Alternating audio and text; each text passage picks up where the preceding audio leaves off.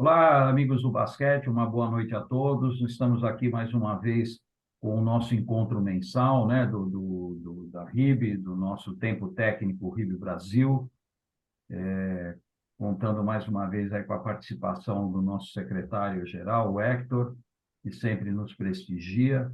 E hoje a gente está trazendo aqui o professor Rodrigo Falcão, que é psicólogo, tem uma experiência bastante grande nessa área e que vai conversar conosco hoje sobre a questão da saúde mental no esporte. Então, Rodrigo, primeiro agradecer aí a tua disponibilidade e completa aí a tua apresentação, né, que eu sei que você tem outras várias atividades e fique à vontade e depois do teu tempo aí, cerca de 45 minutos, uma hora, a gente abre para as questões daqueles que estarão participando. Então, obrigado, Rodrigo. Agora fica contigo aí, a bola é tua, tá? Eu que agradeço a todos vocês, né, o Tasto, que a gente se conheceu num evento, o professor Dante, muito obrigado aí, honrado aí pelo convite, né? Espero poder estar à altura aí desse importante projeto de vocês. Bom, sou Rodrigo Falcão, como o professor Dante comentou, eu sou psicólogo, me formei há 18 anos, mas eu sempre estive ligado ao esporte, né, como espectador, como praticante. E acho que até por isso eu me envolvi aí com a psicologia do esporte, né? Então, atualmente desde o início, na verdade, da minha carreira, eu tenho a especialização em psicologia esportiva e psicologia clínica. Então, eu venho atuando aí com modalidades diversas, né? Então, tive inclusive uma experiência que foi muito bacana para mim no basquete, no projeto da ADC Bradesco. Fiquei por lá 7 anos, né? Enfim, sou mestre também, fiz meu mestrado numa universidade fora do Brasil, como eu já falei, especialista em psicologia do esporte, né? Então, a ideia aqui é a gente conversar um pouco sobre saúde mental no esporte, que acho que é um tema que está sendo muito abordado nos últimos anos, né? E, enfim, a gente tem várias notícias aí sobre esse assunto, tanto dentro quanto fora do esporte. Então, eu preparei uns slides aqui para me guiar aqui na minha fala. Vamos lá. Então, assim, conceituando um pouco, né, trazendo um pouco aí da parte teórica do que é a psicologia do esporte. Então, a psicologia do esporte basicamente é uma ciência que estuda os comportamentos das pessoas envolvidas no contexto esportivo e no exercício físico. Então, a gente pode falar que o psicólogo do esporte ele procura entender os aspectos psicológicos que influenciam o desempenho físico, né, na participação das pessoas nas atividades físicas, né, e como isso impacta no desenvolvimento emocional, na saúde, no bem-estar de quem pratica, de quem assiste, né, de quem está envolvido com o fenômeno esportivo, né. Então, assim, a gente tem algumas áreas de atuação da psicologia do esporte, só coloquei aqui para ilustrar, né, que existe as áreas aí de esporte de alto rendimento, que são as mais conhecidas, né? Então também a gente pode falar que existe atuação da psicologia do esporte dentro do esporte escolar, da iniciação esportiva, né, com crianças e jovens, enfim, nas práticas de tempo livre, que seria assessorias esportivas, academias, projetos sociais envolvendo esporte, e também na reabilitação esportiva. O que seria aqui a reabilitação esportiva? Seria na área justamente para trabalhar com atletas lesionados, né? Então a gente tem um foco também nisso e trabalhar com pessoas, por exemplo, que tiveram alguma lesão física, por exemplo, atletas paralímpicos que devido a um acidente ou algum processo de saúde, né, enfim, se tornaram deficientes, né? Então a psicologia do esporte ela está junto atua em todas essas áreas, digamos assim. Só que a parte mais conhecida, que sai bastante na mídia, enfim, é o alto rendimento, né? Então, quando a gente fala da parte psicológica e a atuação dela com as outras áreas, a gente pode ver aqui, né? As áreas técnicas, físicas e táticas, né? E a psicológica, todas elas se auto-influenciam, digamos assim. Principalmente no momento das competições. A gente percebe muito os aspectos psicológicos nos momentos de competições, né? Se aquele atleta ou se aquela equipe tem algum déficit, se tem algum tipo de comprometimento, ou até, né, quando falta recursos ali para eles, enfim, quando alguém sente ansiedade, enfim, quando algum atleta é, passa por alguma questão relacionada a essa, né? Então, a parte psicológica, ela está aqui e é influenciada e influencia todas as outras áreas, né?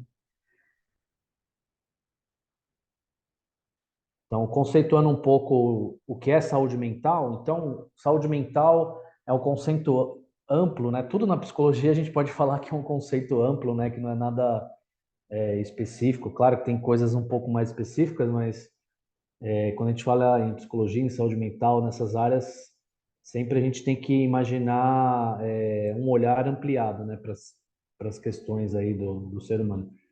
Então, a saúde mental é um conceito usado para descrever o nível de qualidade cognitiva, né, o nível dos sentimentos, emocional e comportamental e como isso impacta nas nossas relações, na nossa qualidade de vida e também como a gente consegue lidar com o estresse do dia a dia, né, com a nossa vida. A nossa vida não, nem sempre ela é um mar de rosas, né? Então, a gente sempre tem coisas para resolver, problemas para resolver, enfim, a gente está sempre numa gangorra, digamos assim, né, de questões aí que afetam a nossa vida, né? Então, saúde mental é algo que todos nós temos e que impacta a vida de todos nós, né? E é diferente de transtornos mentais. Eu quis colocar aqui as duas coisas porque existe tem pessoas que acabam confundindo os dois conceitos, né? São conceitos diferentes. Tem pessoas que acham que transtorno mental e saúde mental é a mesma coisa, e não é, né? Os transtornos mentais são os estados emocionais, né? São as doenças, digamos assim, né? São os estados emocionais e sentimentais que acabam trazendo prejuízos para a qualidade de vida, né? Que pode dificultar nas relações, enfim,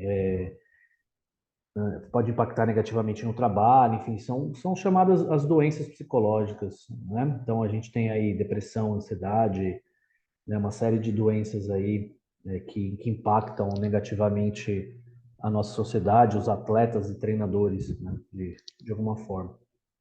Eu coloquei aqui algumas reportagens que saíram na mídia nos últimos meses, né? Então a gente tem aqui uma reportagem da Folha de São Paulo que fala o quanto os jovens, né, nascidos a partir do ano 2000 têm mais sintomas de ansiedade e depressão, acabam tendo sintomas mais cedos do que os jovens nascidos nos anos 90, por exemplo.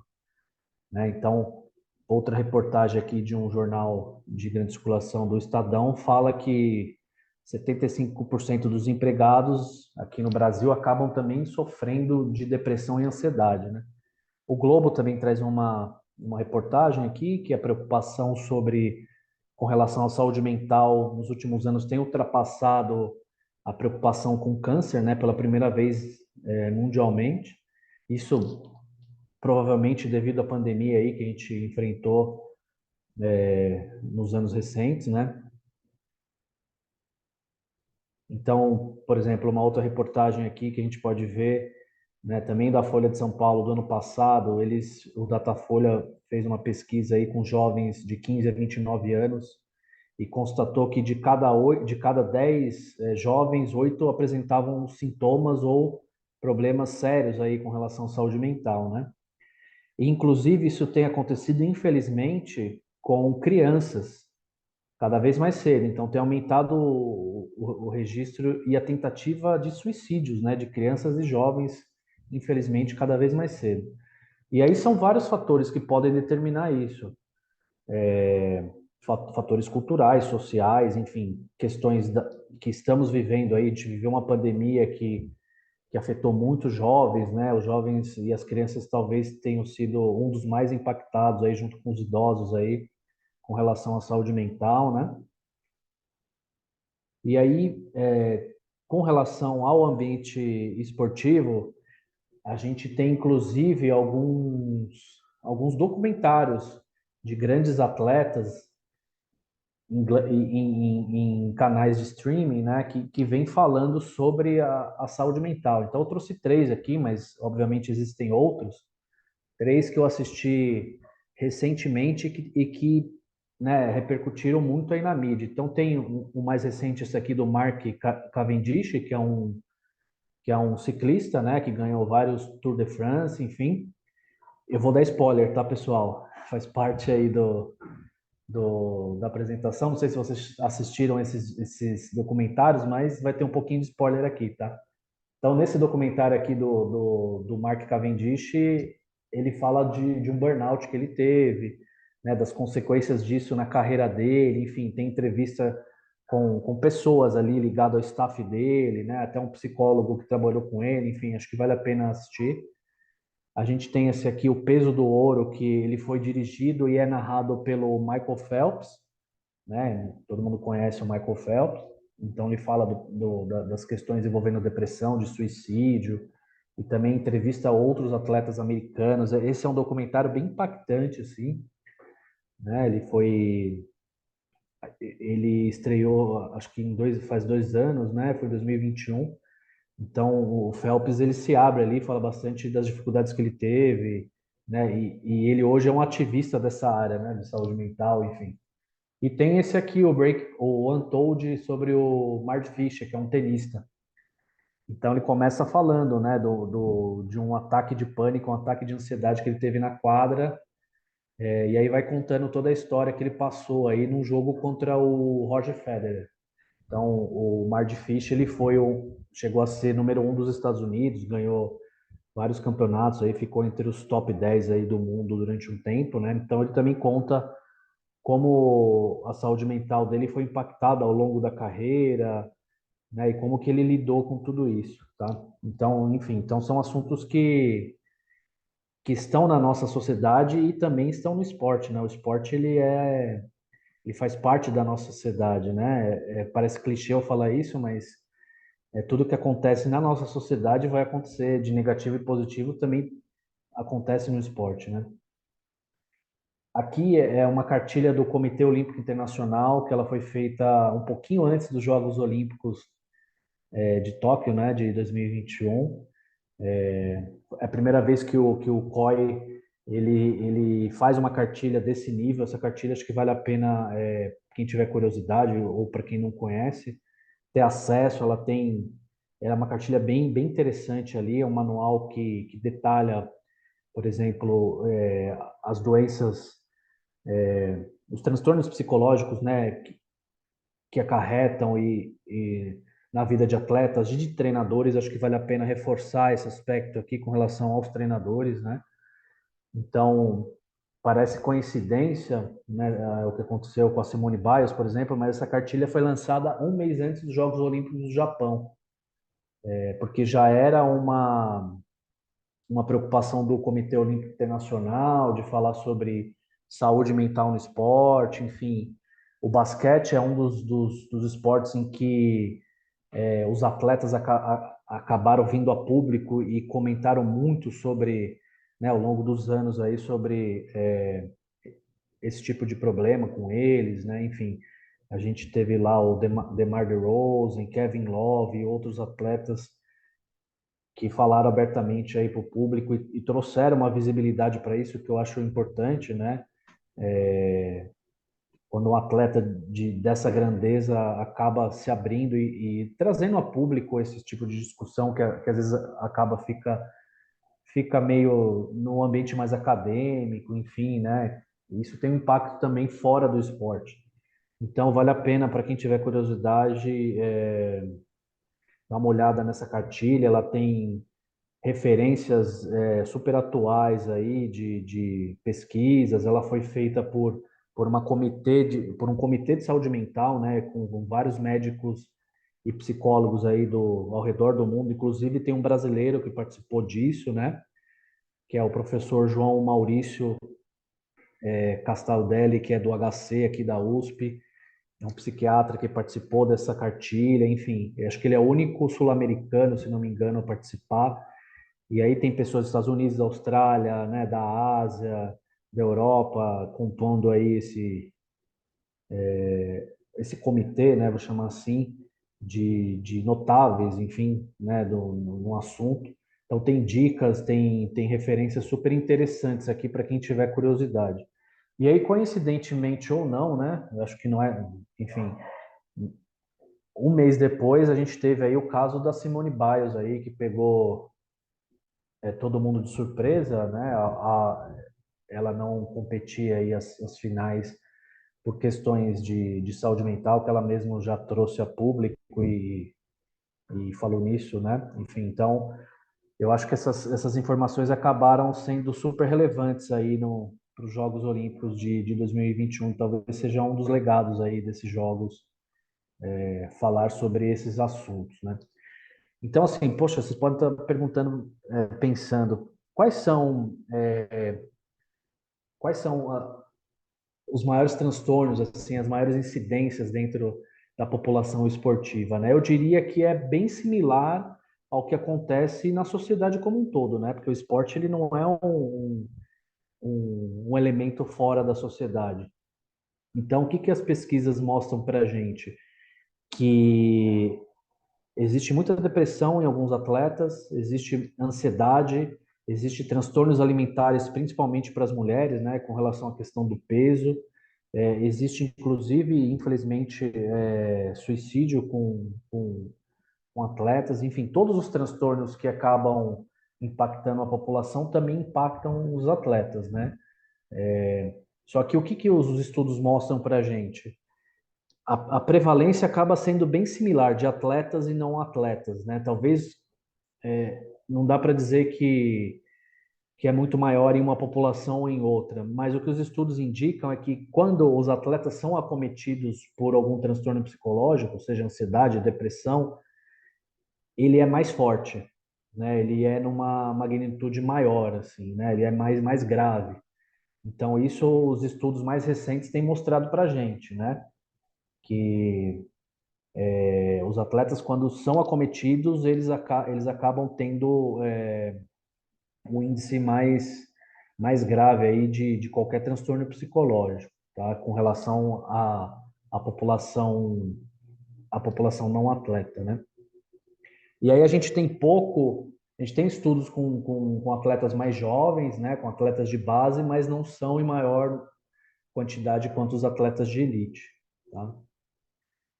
E aqui, como dito antes, o Michael Phelps, ele é hoje em dia um defensor da saúde mental, né? Um ativista da saúde mental. Ele tem projetos que ele criou para falar disso, além do filme, como eu já disse anteriormente, né? Ele dá palestras aí pelo mundo para falar disso.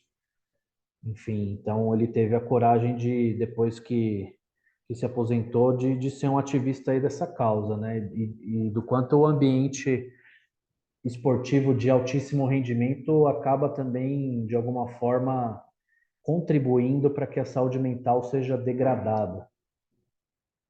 Recentemente, a gente teve aqui no Brasil o Richarlison, né, que é um atleta do futebol, falou na semana passada, enfim, que não estava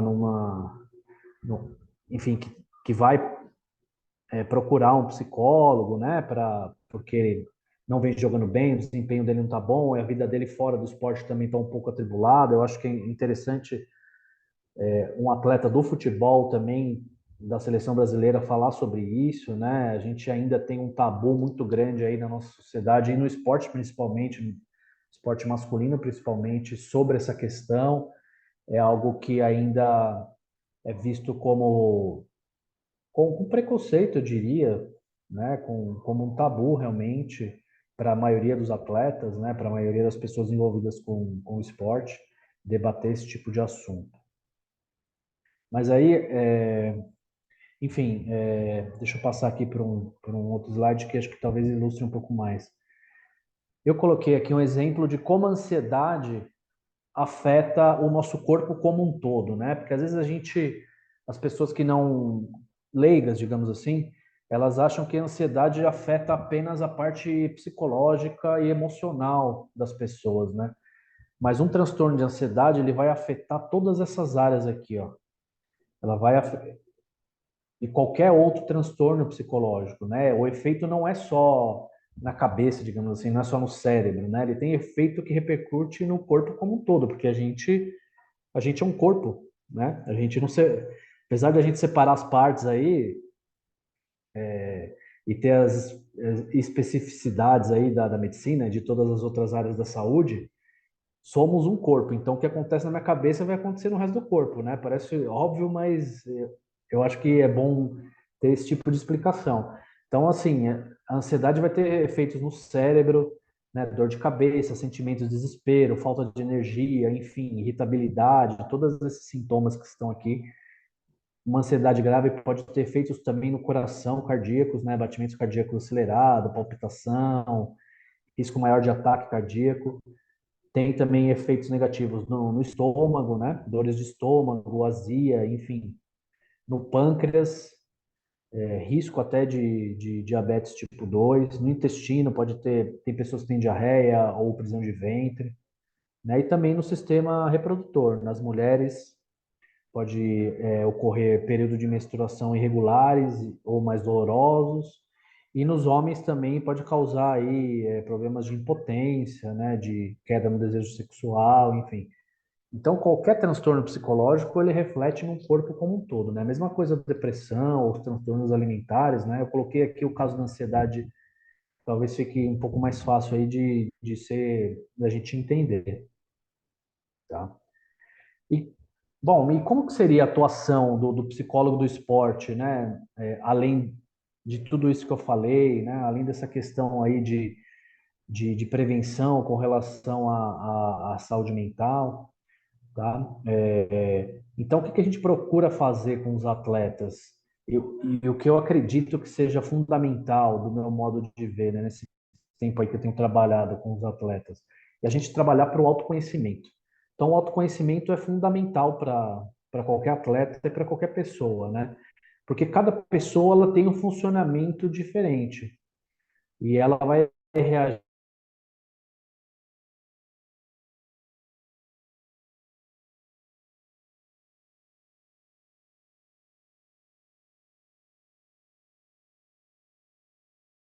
a atitudes e comportamentos semelhantes com pessoas com perfis parecidos, mas cada um é cada um, literalmente. E aí a gente tem que sempre individualizar o trabalho, eu acredito muito nisso. E hoje em dia, com a sociedade hiperconectada que nós temos, né, com a sociedade, enfim, com as redes sociais, com as notícias que chegam na palma da nossa mão, literalmente, os atletas são muito mais visados, eles têm um poder de conexão muito maior, né? E isso acaba também acarretando problemas. Então, a gente, hoje em dia, uma premissa que é muito estudada e eu acredito muito nessa premissa, é que não existe alta performance sem uma saúde mental adequada. Antigamente, né, alguns anos atrás, e até existe isso ainda de alguma forma,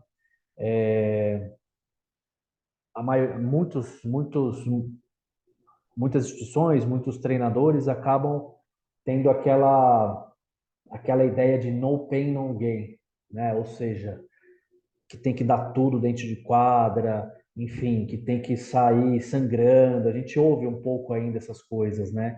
O que a gente percebe, principalmente com as ciências do esporte hoje, com as pesquisas que vêm cada vez se desenvolvendo mais, que a gente não precisa espremer tanto os atletas assim, né? Que é necessário ter um recovery também com relação à saúde mental, que é necessário ter um descanso para alta performance. Claro, a gente tem que exigir o máximo do corpo desses atletas, é óbvio, né? Do ponto de vista fisiológico, do treinamento, que eu nem sei falar disso muito bem, né? Acho que vocês são especialistas nisso. Mas a gente, hoje em dia, os estudos mostram que não adianta, até por uma questão de geração, né? A geração é diferente das gerações de 10, 15, 20 anos atrás, né? Os métodos também hoje são diferentes. Então, a alta performance e a saúde mental, elas andam lado a lado, tá? Claro que sempre vai haver exceções, enfim, né? A gente sempre vê isso dentro do esporte, mas é importante, eu acredito muito nessa premissa. né? Então, existem estudos que comprovam isso também, do ponto de vista físico, do ponto de vista psicológico, do ponto de vista do treinamento, né, do overtraining, enfim, quanto isso impacta negativamente nos atletas, né? O quanto o descanso é importante, o descanso físico e o descanso mental também, para que os atletas tenham uma performance melhor, né? E aí outra coisa que eu também acredito nessa premissa, que o esporte, aí vendo o esporte de uma maneira um pouco fora do ambiente do alto rendimento, enfim, eu acredito que o esporte ele pode ser um elemento protetivo para a saúde mental das crianças e jovens. Em que sentido? Tanto nas aulas de educação física, quanto nas escolinhas de esporte aí espalhadas pelo Brasil e por qualquer lugar, né? Eu acredito que hoje, mais do que antes, o esporte ele pode ser um elemento protetivo de saúde mental, ele pode ser um elemento de promoção de saúde mental. Por quê? Porque hoje as crianças estão hiperconectadas. Então, hoje as crianças são muito mais sedentárias do que as gerações anteriores. Hoje as crianças ficam muito mais em casa, não brincam na rua, enfim, né? E o esporte ele pode trazer esses elementos aí, ele pode ajudar, inclusive, cognitivamente. Tem estudos que mostram que pessoas e crianças mais ativas, elas se dão melhor em matemática, em português, na escola como um todo, né? Então, a ciência já mostra isso há um tempo e eu acredito que o esporte hoje é um elemento central para a promoção da saúde mental de crianças e jovens, tá? Aqui eu coloquei esse último item, que seria o papel do psicólogo do esporte, ele pode ser muito aliado junto com os treinadores, junto com o assessoramento em conjunto com os treinadores e com os outros membros da comissão técnica, né? O trabalho é interdisciplinar do psicólogo do esporte, mas o psicólogo do esporte em todas aquelas áreas de atuação que eu falei lá atrás, combinado com o trabalho dos treinadores, a gente consegue ter resultados muito melhores, né? A gente consegue contribuir com a vida dos atletas, com a vida das pessoas, impactar positivamente, né? E eu tive, poxa, eu sou afortunado, assim, digamos assim, porque eu tive um contato com grandes treinadores que eu trabalhei ao longo aí da minha carreira, que deu muito certo esse casamento entre treinador e psicólogo, né? Que a gente discutia, que a gente conversava, que a gente traçava estratégias em conjunto para determinados times, para determinados atletas, né? Enfim, então esse tipo essa combinação é muito importante, né? Então eu creio que a psicologia entrando cada vez mais nas comissões técnicas, ela pode trazer outros elementos e pode contribuir com o desenvolvimento humano, né? E pode também prevenir com relação a questões de saúde mental, enfim, ela pode ajudar em vários aspectos, tá? Eu sei que é uma fala corporativista, mas essa é a ideia mesmo, sabe?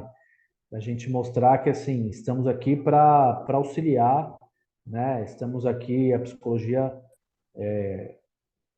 está no esporte para auxiliar, para ajudar, para a gente desenvolver juntos o ser humano, né? Juntos os atletas, enfim, inclusive com relação à saúde mental dos treinadores. Vou falar sobre isso um pouco mais na frente, tá? Então, assim, poxa, já falei um pouco e vocês com certeza sabem melhor do que eu sobre isso aqui, um pouco das habilidades sociais e psicológicas que o esporte pode desenvolver nas crianças e jovens, né? Então, poxa, a gente tem ali respeito aos companheiros, às regras, às figuras de autoridade, respeito aos adversários, a gente pode aprender a ouvir, a escutar, a falar, tomada de decisão, a lidar com o tempo, liderança, desenvolvimento psicológico, enfim, vários desses elementos aqui, ó, empatia, compaixão, obter prazer pela atividade, né? Ter compromisso aí, até inclusive com sustentabilidade, com o meio ambiente, com o que é público, né, com o que é coletivo, enfim, tem vários valores aí que a gente pode promover em todas as atividades esportivas em todos os níveis, né, desde a criancinha até o atleta adulto, né, promover autoconfiança, autoestima, né? São coisas que o esporte impacta diretamente, positivamente nas crianças e nos jovens que praticam, né? Aqui eu trouxe uma observação aqui de uma pesquisa de 2021, tá?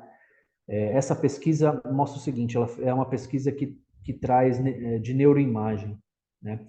Eu não sei se vocês estão conseguindo ver a referência aqui, qualquer coisa, se alguém tiver interesse, depois posso deixar os slides aí para quem quiser dar uma olhada. Então, ela observou o seguinte, essa pesquisa, né, foi de um grupo chinês, que todas as redes sociais que todos nós usamos, e principalmente os mais jovens, né, os mais jovens são hiperconectados, elas ativam áreas aqui, ó, essas áreas em vermelho, que estão ligadas à dopamina no cérebro, tá? Então, porém, o TikTok, ela ativa um pouquinho a mais essas áreas aqui, ó. Elas ativam áreas, né, de uma parte do cérebro que está ligada muito mais rápido aos vícios, né? Ou seja, as mesmas áreas de pessoas que são viciadas em drogas, esses pesquisadores conseguiram observar que o TikTok também ativa essas áreas aqui, né, de liberação de dopamina. E os vídeos do TikTok são rápidos, então são vídeos ali super curtos. Então, quem assiste acaba literalmente assistindo 10, 20, fica ali, né? Porque aquilo hiperestimula o cérebro, né? E assim, essa geração, vamos chamar que existe um conflito aí nessa geração atual de crianças e jovens, né? É uma geração diferente das outras, nem melhor nem pior, assim. Claro que tem alguns aspectos que são mais fáceis, outros aspectos são diferentes, né? Melhores ou piores, enfim. Então é uma geração que precisa de reforço muito imediato, que tem a ver com isso aqui, ó, com as redes sociais, né? É uma geração que precisa de estímulos. É uma geração que vai ter um pouco de dificuldade de se concentrar, né? E aí fica até, inclusive, quem trabalha com esporte, quem trabalha com todas as áreas, a gente fica aí num fogo cruzado, né? Às vezes numa luta em glória aí, porque, poxa, ganhar das redes sociais é difícil, né? Então, como desenvolver atividades mais dinâmicas, atividades mais lúdicas, atividades que dê estímulos mais rápidos, enfim, né? Não sei como, mas talvez essa seria, enfim, algo para a gente pensar com essa nova geração, né? E até por essa questão de eles estarem mais conectados, a saúde mental dessa geração ela é mais comprometida. Então, qualquer coisa com relação à saúde mental vai ter um impacto muito maior do que as gerações passadas, né? Então, são elementos aí da nossa sociedade no dia de hoje que a gente tem que estar atento. Então, poxa, para qualquer professor, seja de educação física ou seja de educação formal, todos que eu converso, eu tenho professores dentro da minha família, enfim, amigos, e todos têm essa dificuldade aí de reter a atenção e a concentração dos alunos, porque eles estão hiperconectados.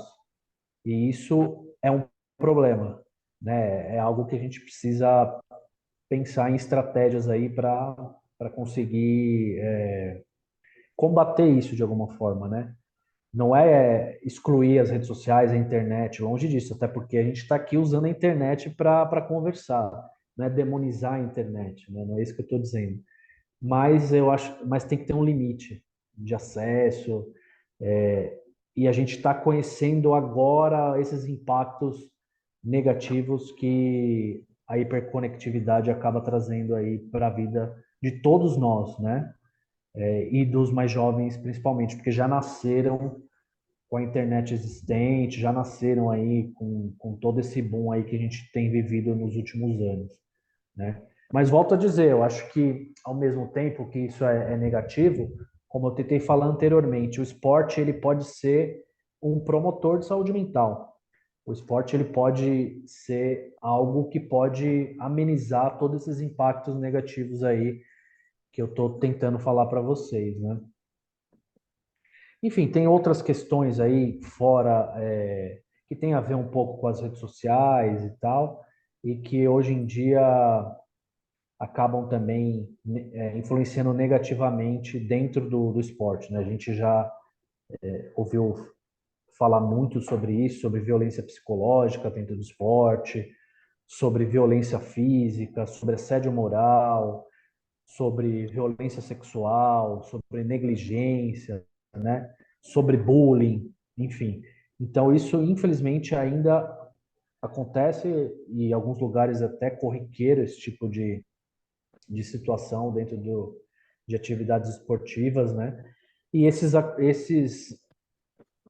acontecimentos, com certeza, eles têm impactos negativos aí para a saúde mental e pode ser agravados e né, acarretar em transtornos psicológicos mais graves, enfim, pode ter consequências aí super negativas para a vida de quem está envolvido, né? Deixa eu tomar uma aguinha aqui, pessoal.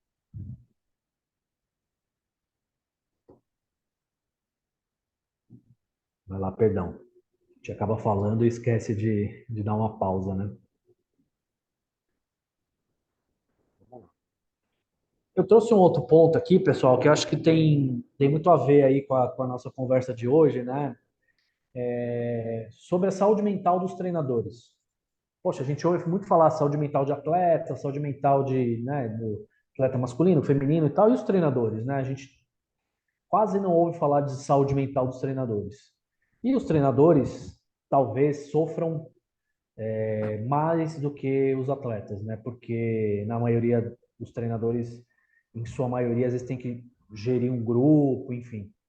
Então o estresse está a todo momento o estresse é presente dentro do ambiente competitivo, dentro da vida de treinadores, né? A pressão por resultados, dependendo do clube, enfim, da instituição em que trabalha. Isso desde a categoria de base. Eu já trabalhei em categoria de base e eu sei que existe clubes que têm pressão por resultados, né? E tem clubes, inclusive, que demitem treinadores quando não ganha o campeonato sub-11, sub-13 e por aí vai, né? Quando tem um resultado negativo na visão aí dos dirigentes, né? Geralmente os treinadores têm funções que extrapolam o papel do treinador. E isso também impacta negativamente. Poxa, tem treinador que é tudo, né? Que é assistente social, que é fisioterapeuta, que é psicólogo, inclusive, que é conselheiro, que é estatístico, que, poxa, faz vídeo. Então a gente tem treinadores aí com várias funções aí, né?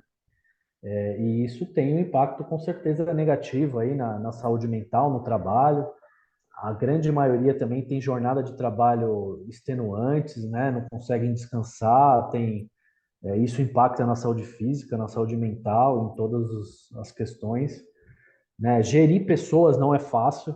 Você saber gerir um grupo, gerir pessoas, gerir adolescentes, poxa, é algo que é complexo, né? Não é uma tarefa simples, né? E os treinadores homens, eu coloquei aqui, eu quis colocar, tem um pouco mais de probabilidade de adoecimento.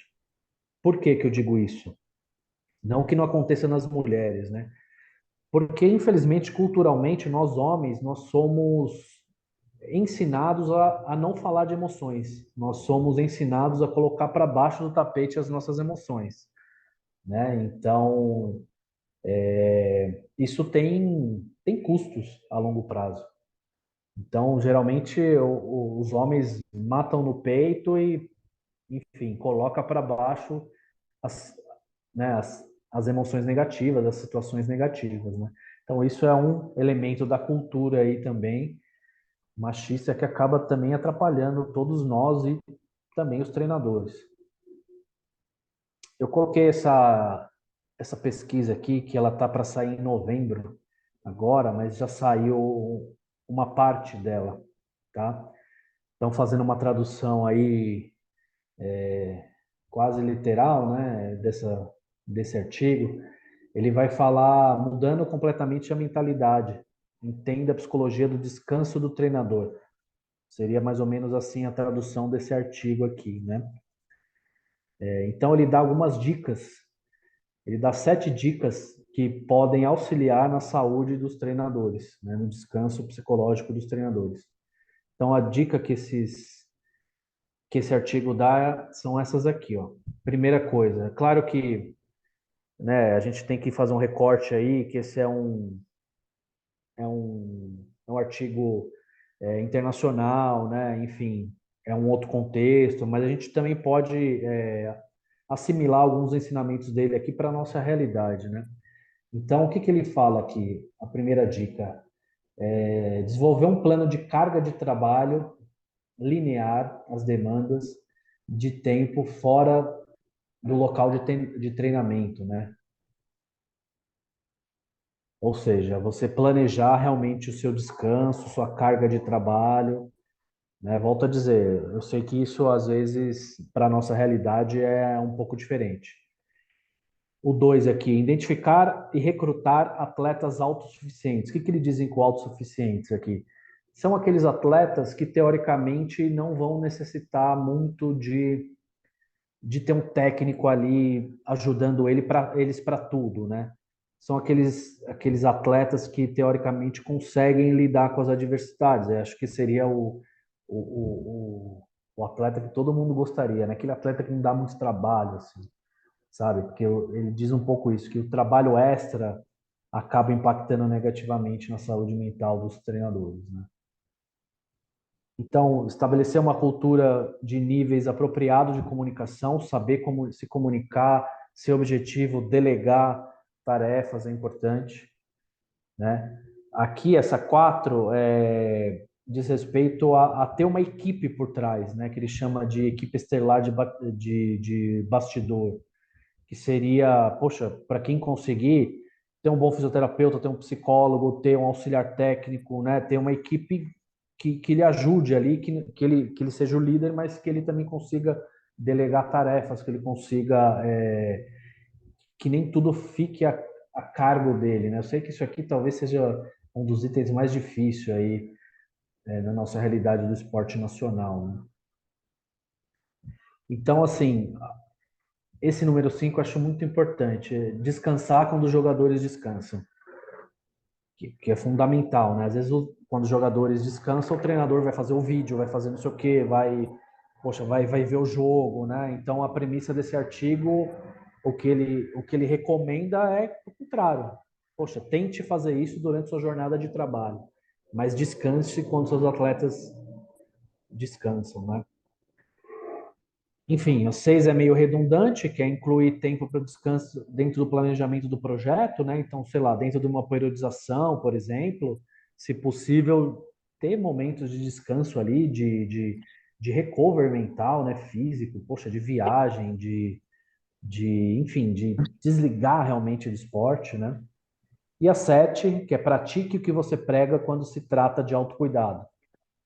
Ou seja, às vezes a gente fala para os nossos atletas terem autocuidado, para eles relaxarem, para eles, né, enfim, se cuidarem, mas às vezes a gente não consegue, né? Então, é um pouco essas dicas aí que esse artigo mostra para a gente. Deixa eu tomar mais uma aguinha aqui, pessoal.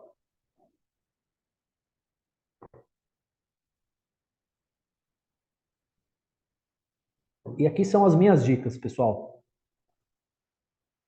O que fazer no meio de toda essa turbulência, né? Da vida e corrida dos treinadores. Primeira coisa, aceitar as emoções. O que eu quero dizer com isso? Dificilmente, acho que é impossível a gente não sentir nada. A gente sempre vai ter emoções em qualquer momento da nossa vida, sejam elas positivas ou negativas. O que eu estou querendo dizer aqui é aceite as emoções, inclusive as negativas. Ou seja, poxa, eu estou com raiva, estou estressado. Aceita. Aceita quer dizer, pense sobre elas, acolha essa emoção. Por que que eu estou com raiva? Por que que eu estou estressado? Né? É melhor do que a gente deixá-la embaixo do tapete e não lidar com ela. Né? Outra coisa aqui que é muito importante, que às vezes a gente esquece, que são as técnicas meditativas, que é respirar e tentar se acalmar. Né? É importante treinadores saberem disso aqui. e praticarem isso. Momentos de respiração durante o jogo, no intervalo, antes de jogo, né? Técnicas meditativas ajudam muito do ponto de vista psicofisiológico, enfim. Tem muita pesquisa falando disso aqui, né? Do quanto isso é importante para todo mundo, inclusive para treinadores, né? Saber respirar, enfim, ter pausas. É, isso aqui previne muitos distúrbios, tá? Mantenha autodiálogos positivos. Autodiálogos é aquela conversa com a gente mesmo, né? Que a gente tem com nós mesmos na nossa cabeça, enfim.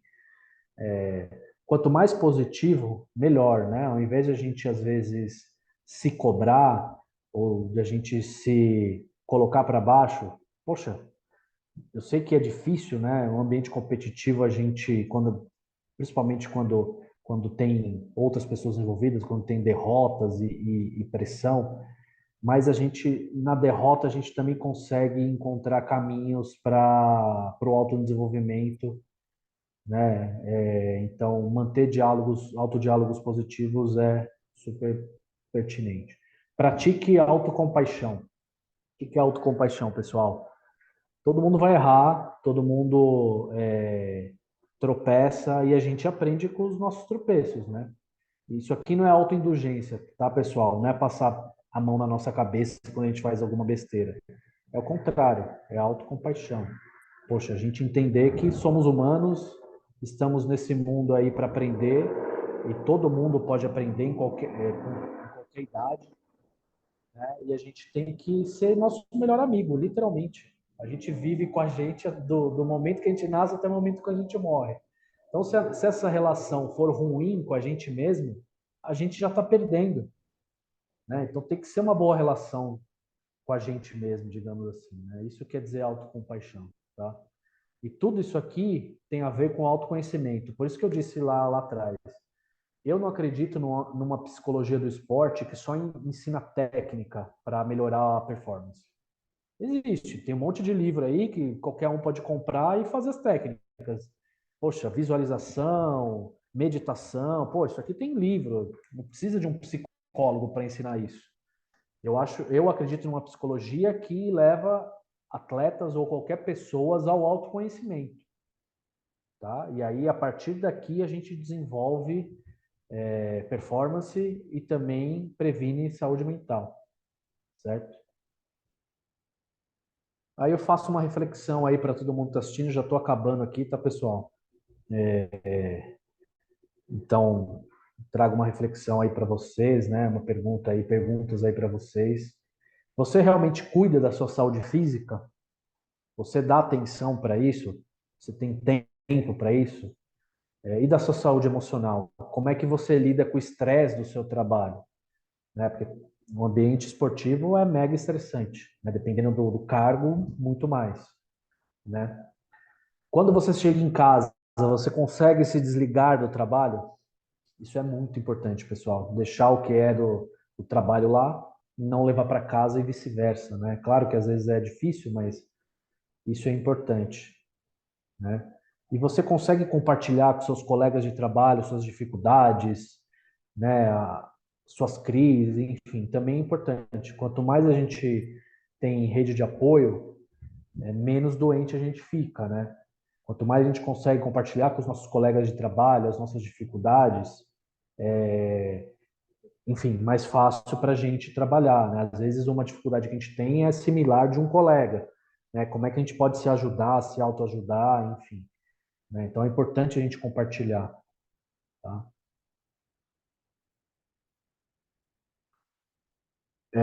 Enfim, saúde mental é um assunto para todos, né, pessoal? Tentei dizer isso aqui, né? Infelizmente ainda a gente vive numa sociedade preconceituosa ainda com relação às questões psicológicas e com relação à saúde mental. Isso tem mudado, claro, aí nos últimos anos, né? Depois da pandemia, enfim, durante a pandemia, esses assuntos vieram mais à tona, as pessoas, infelizmente, adoeceram também emocionalmente e se abriram aí para cuidar disso de uma forma mais de uma forma mais respeitosa, né? De uma forma mais com profissionais da área mesmo, né? Então, falar sobre esse assunto é falar de cuidado, né? Não é frescura. Então, falar de saúde mental não é frescura, gente. É algo importante que envolve todos nós, tá? É isso que eu queria trazer hoje, pessoal. Eu estou aberto aí a perguntas. Agradeço mais uma vez aí a todos que assistiram, ao professor Tasto e o Dante, ao Hector, né, que conheci agora. Aqui estão os meus contatos aí, meu e-mail, meu site, meu podcast, né, que chama Psicologia no Esporte. Fiquem à vontade aí para perguntar. Muito obrigado aí, pessoal, pela atenção de vocês. Muito bom, Rodrigo. Muito obrigado pela apresentação, excelente. Eu vou só pedir para você tirar a apresentação da tela e a gente entrar na tela cheia aí. Beleza. E vou pedir também para o pessoal aparecer aí na tela, né? Acho interessante. A Mônica está colocando aqui a Mônica que aparece aqui na tela como Alan, né? Tá aqui no ladinho do Rodrigo aí na tela. Ela está colocando o formulário que a gente sempre pede para vocês preencherem para depois nós enviarmos o certificado, tá ok? Bom, eu queria. Oi, Tasso. Achei que se você abrir uma pergunta.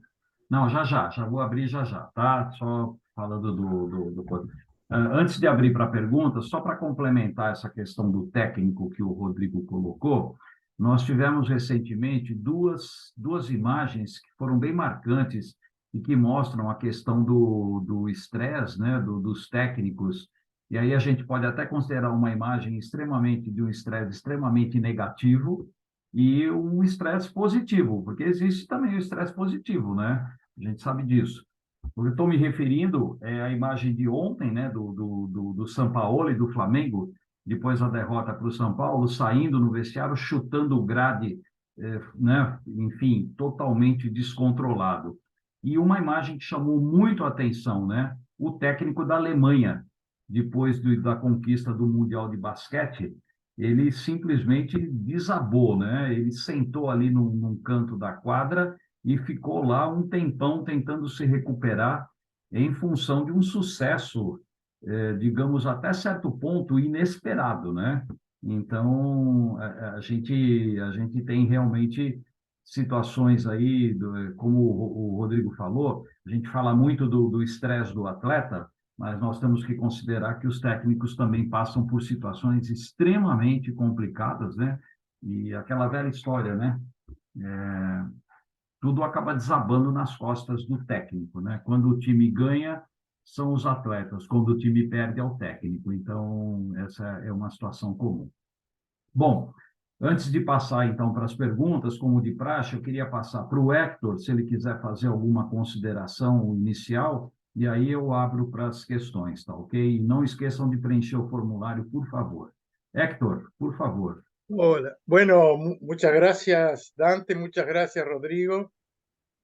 Nosotros estamos muy preocupados, muy ocupados en este tema. Decimos salud en el deporte y deporte para la salud. Podemos decir salud mental en el deporte y deporte para la salud mental también. Todo lo que podemos simplificar o lo que tú acabas de manifestar, de documentar, de aclarar. Así que de alguna manera quiero agradecer mucho esto que es una obligación nuestra, que es de poner el tema sobre la mesa. Mes a mes, día a día, nosotros tenemos intentos de suicidio en el deporte, en deportistas y técnicos que se manifiestan con necesidades de terapia o de ayuda en cuanto a la salud mental. Y hay, como tú dijiste también, es difícil estar sano en este tipo de sociedad que nos toca. Es muy difícil. Necesitamos todos tener técnicas o ayudas para mantener el eje. Así que un poco a todos tratar de intensificar la discusión de estos temas me parece importante. Gracias, Dan. Ok. Então, está aberta aí a sessão de perguntas. A Mônica fez uma consideração aqui que eu vou resumir. Rodrigo, ela está dizendo o seguinte, né? Ela fala da importância dos clubes terem um profissional da psicologia do esporte. E o que você acha que falta para os clubes entenderem de uma vez por todas que é essencial ter esse profissional no contexto da equipe? Oi, Mônica, obrigado aí pela pergunta. Obrigado pelas considerações, Hector. Então, eu acho que tem que ter um entendimento com relação a que a psicologia não é um gasto, a psicologia é um investimento, no sentido de investir em psicologia é investir no patrimônio do clube, é investir no ser humano, é investir no atleta, é investir no treinador, né? Então, o clube só existe porque tem atleta, porque tem torcida, né? Então, eu vejo por esse lado. E eu acredito muito nisso, né? Os clubes têm que observar o psicólogo como um investimento, não como um gasto, né? Não como um gasto a mais. Ah, não, poxa, vou ter um gasto X, Y, Z, mas e o impacto do psicólogo, que o psicólogo pode trazer para a qualidade de vida desses atletas, né? Não estou nem falando de performance, é claro que a gente pode impactar também a performance. Estou falando uma coisa anterior, que é a qualidade de vida dessas pessoas, né? A psicologia está aí para isso, para auxiliar nisso também. Enfim, então, certamente investir em psicologia do esporte, a gente vai ter atletas melhor preparados do ponto de vista emocional, né? Grupos mais que podem ficar mais coesos, enfim, poxa, tem uma série de coisas aí, né? A gente pode ajudar em prevenção de lesões, a gente pode, enfim, então é uma discussão ampla, longa, mas eu acho que a mentalidade dos clubes tem que mudar nesse sentido, né? De a psicologia ser um investimento no patrimônio e não um gasto, não um gasto, não um gasto, né? Acho que é isso. Muito bem. Alguém quer fazer alguma pergunta? Tasso, você tinha, por favor. Eu achei que se fosse fazer a pergunta por mim, mas você falou só metade. A minha questão é em relação realmente ao técnico da Alemanha, né? Ele teve um episódio durante o campeonato, né? De uma disputa de poder, na minha opinião, né? Onde ele exigiu que o jogador sentasse, mas, na minha opinião, ele perdeu a razão quando tocou no atleta, né? Onde ele pôs a mão no atleta para o atleta poder sentar. Eu achei que ali ele perdeu um pouco a razão que ele tinha, né? De exigir do jogador sentar enquanto ele estivesse falando, né? E foi uma situação que, na minha opinião, não ficou resolvida, porque na final, quando ele substitui o Schroeder com 3 faltas, ele sai reclamando da quadra, né? Por estar saindo com 3 faltas. Então, eu acho que é aí também essa questão da situação que ele viveu no final, de que o preço que ele pagou, né? Ou talvez até o sapo que ele engoliu, né? Por ter que sustentar a estrela da equipe, né? Que foi o MVP da competição, para poder ganhar a competição, né? Então, acho que foi uma somatória de coisas que causou aquela situação final do estresse dele. E aí, qual seria a atuação, né? Do caso do psicólogo esportivo nesse momento dentro da equipe, né? Como poderia ser a atuação dele? Poxa, difícil essa pergunta, hein, Tasso? Mas, bom, vamos hipotetizar aqui. Eu acho que a gente poderia, por exemplo, depois desse jogo, tentar ouvir as duas partes ali, sabe? Tentar trazer claro, né? Pensando no mundo ideal, assim, tentar trazer as duas partes, né? Para um diálogo, para uma conversa, né? Porque tem uma questão de hierarquia, tem uma questão que você também tocou, né? De acho que ele se excedeu um pouco ali quando ele tocou no atleta. Acho que mais ou menos isso que eu quis dizer com as diferentes gerações, né? Isso alguns anos atrás era natural. Qualquer jogador ia sentar no banco e ia ficar quieto. Hoje em dia, por um lado, as gerações mais novas elas estão mais empoderadas. E eu acho isso bom do ponto de vista de, opa, peraí, cara, você é meu treinador, mas tem um limite aí. Você não pode me tocar, você não pode me agredir, né? Poxa, a gente já viu cena aí de treinador dando tapa em atleta, de batendo. Pô, isso ainda existe, mas era muito comum antes, né?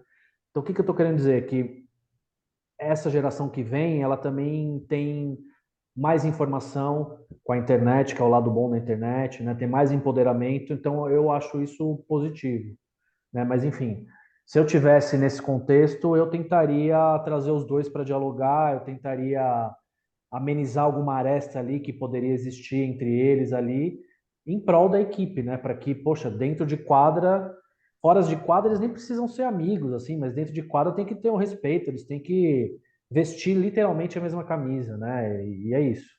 Eu acho que eu tentaria fazer algo nesse sentido. A Majô tem uma questão?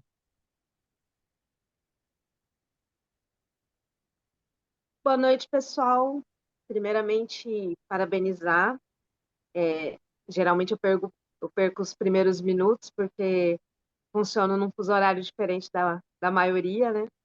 E aí eu sempre estou voltando para casa no início da palestra, mas eu vou conseguir pegar grande parte do conteúdo. Eu vou pedir para... Tem microfone aberto aí, eu acho que é do Benhur. Benhur, por favor, fecha teu microfone. Então, assim, Obrigado.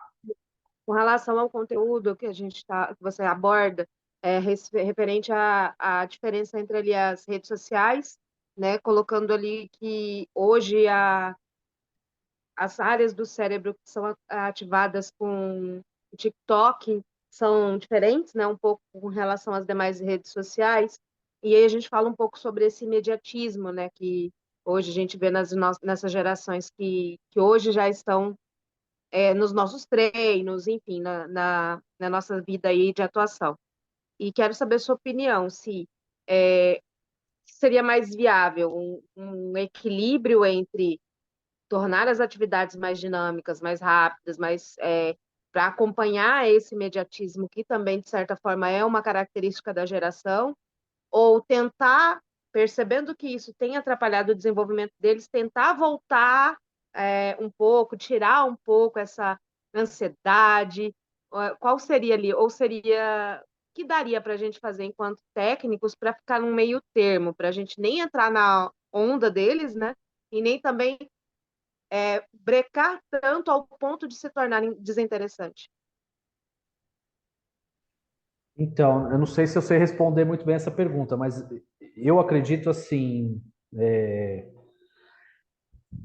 eu acho que você tem que tentar mesclar as duas coisas, porque assim é uma geração que ela precisa de um estímulo mais rápido, de um reforçador, né, digamos assim, que é o que traz a rede social, né? Poxa, estímulo e endorfina no cérebro, que é mais ou menos o que aquela pesquisa trouxe para a gente. Então, ter momentos de coisas mais rápidas, mais dinâmicas, mais reforçadoras ali, né? Às vezes até uma palavra, um incentivo, coisas do tipo, e ao mesmo tempo também ter atividades em que eles possam trabalhar a tolerância, né? Tolerância à frustração, né? As metas a longo prazo, porque o esporte é a longo prazo, né? Não dá para a gente ter resultado em nenhuma atividade física, esportiva a curto prazo. Você pode ter algumas, mas, por exemplo, não se forma um atleta em um ano, né? Enfim, nesse sentido que eu estou querendo dizer, é um processo.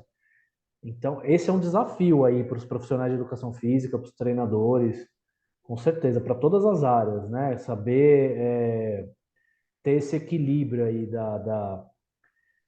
do engajamento dessa nova geração que é hiperconectada com atividades que possam também trazer um pouco disso e, ao mesmo tempo, a old school, né? A velha escola de questões a longo prazo e tal. Não sei se eu respondi sua pergunta, mas eu acredito nesse sentido, assim, uma mescla das duas coisas.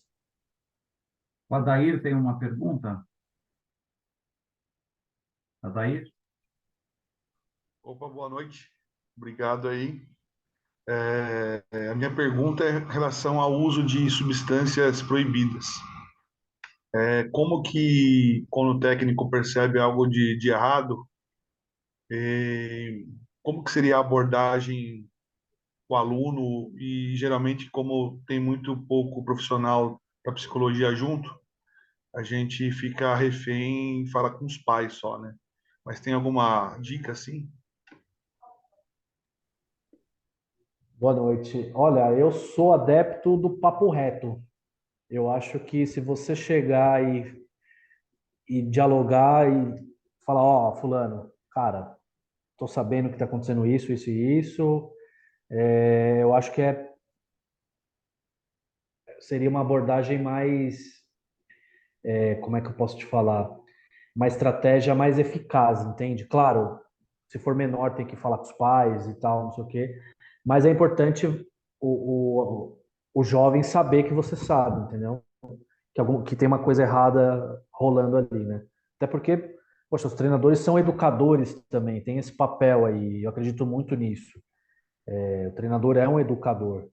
Então, tem coisas que a gente tem que falar papo reto. Fulano, tô sabendo o que está acontecendo, ciclano, ó, isso aí não tá certo, vai ter consequências aí, pode ter consequências para você, pode ter consequências negativas para o time, né? Eu acho que essa abordagem direta é mais eficaz, assim, sabe? O Rodrigo, eu tenho uma questão. Em relação, o Adair acabou de avisar aqui que a bateria do computador dele pifou, então parece que ele saiu aqui. É aquela questão daquelas famosas palestras motivacionais. É aquele cidadão que não tem a mínima participação no processo do treinamento e, de repente, ele surge no vestiário para dar uma palestra motivacional, como se aquilo fosse resolver o problema da equipe. O que você acha disso? Poxa, eu sou totalmente contra, né? Desculpa, Rodrigo, e na maioria das vezes não são psicólogos, né? São pessoas de Sim, outra sim, área, da famosa área de coaching, né? sim, Até sim. agora eu não entendi direito o que é essa área e quem são os especialistas em coaching, né? O que você acha disso? Então, Dante, é, é como você disse, são pessoas que não participam do processo, são pessoas que, às vezes, a palestra ela pode ter um efeito ali na hora, como se fosse um efeito placebo ali na hora, né? Para algumas pessoas, não para todas. Realmente, às vezes, você ouvir uma palestra pode ficar impactado, mas a duração disso é muito curta com relação a um processo de um campeonato, coisas assim, né? Isso é muito comum aí no futebol, a gente sabe, mas eu acho que não tem efetividade. De verdade, eu acho não tem efetividade. Pode ter uma efetividade ali, 1, 2 dias, pode ter coisas que possa motivar um pouco ali algumas pessoas, mas o todo, isso não tem efetividade, né? Não tem respaldo, na verdade, sabe? Então, poxa, já ouvi casos de palestrantes, para quem é mais velho, né? Tem que falar assim, né? Conhece o Ayrton Senna, tudo que o Ayrton Senna foi aí pro Brasil e tal. Poxa, já conheci casos em que um palestrante tocou a música do Ayrton Senna numa final de campeonato e, meu, todo mundo saiu deprimido e não conseguiu jogar e perdeu o campeonato. Enfim, né? É uma coisa bizarra, mas isso eles não mostram, entende? Eles só fazem a edição daquilo que é legal, daquilo que entre aspas, funciona, né? Então, poxa, esse caso é real, assim. Eu soube desse caso de uma pessoa que trabalhou comigo e que falou, cara, foi lá um palestrante X, tocou a música do Senna lá no vestiário, todo mundo chorou e a ativação de todo mundo foi para baixo. Eles entraram chorando em quadra, né? E aí, como é que faz? E aí você perde o campeonato por isso, né? Então, enfim, tem coisas que não ajudam, né, a longo prazo, sabe? Eu diria, né? Eu costumo dizer nesse caso, já falei muito sobre isso, é a mesma coisa que o preparador físico vai dar aparece só no dia da final para dar um treinamento, né? É a mesma coisa, quer dizer, aquilo que você falou, é a inserção do profissional, não só do psicólogo, né, profissionais de várias áreas, nesse Sim. processo de treinamento, né? Para haver um acompanhamento, para que isso sirva de apoio ao próprio técnico, né? Como você falou, o técnico, claro, nós estamos falando de alto rendimento. Em categorias de base, isso é quase impossível você ter um profissional de cada área, né? Mas em alto rendimento, hoje, eu diria que é inadmissível você ter uma comissão técnica que não tenha um grupo de profissionais especialistas para dar suporte para o profissional, que é aquele que comanda tudo, que é o técnico, né? Na verdade, o técnico é que vai dar a palavra final.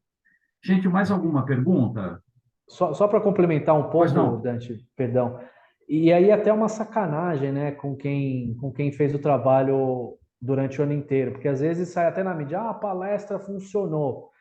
Cara, não foi a palestra que funcionou, foi o trabalho de um ano inteiro que funcionou. Né? Nossa, eles ficaram ali pilhados e não sei o quê, e a parte mental ajudou. Não, não foi isso. Né? Foi o trabalho do ano inteiro, foi, poxa, todas as áreas integradas, né? Não existe uma área vencedora, assim, sabe? Então, Exatamente. esse discurso aí motivacional é bem complexo, né? E bem filtrando aí em É todas as áreas verdade, aí, né? é verdade. Infelizmente. Gente, mais alguma pergunta? Muito bem. Já, como eu costumo dizer, né, o nosso tempo já está aqui se esgotando, né, para a gente respeitar aí um período legal. Esse vídeo depois vai ser, a gente vai processar e nós vamos mandar. Eu então queria, da minha parte, encerrar agradecendo ao Rodrigo por essa palestra maravilhosa e, como de sempre, né, passar para o Hector para a palavra final e deixar a palavra final mesmo para o Rodrigo para a gente fazer o encerramento. Hector.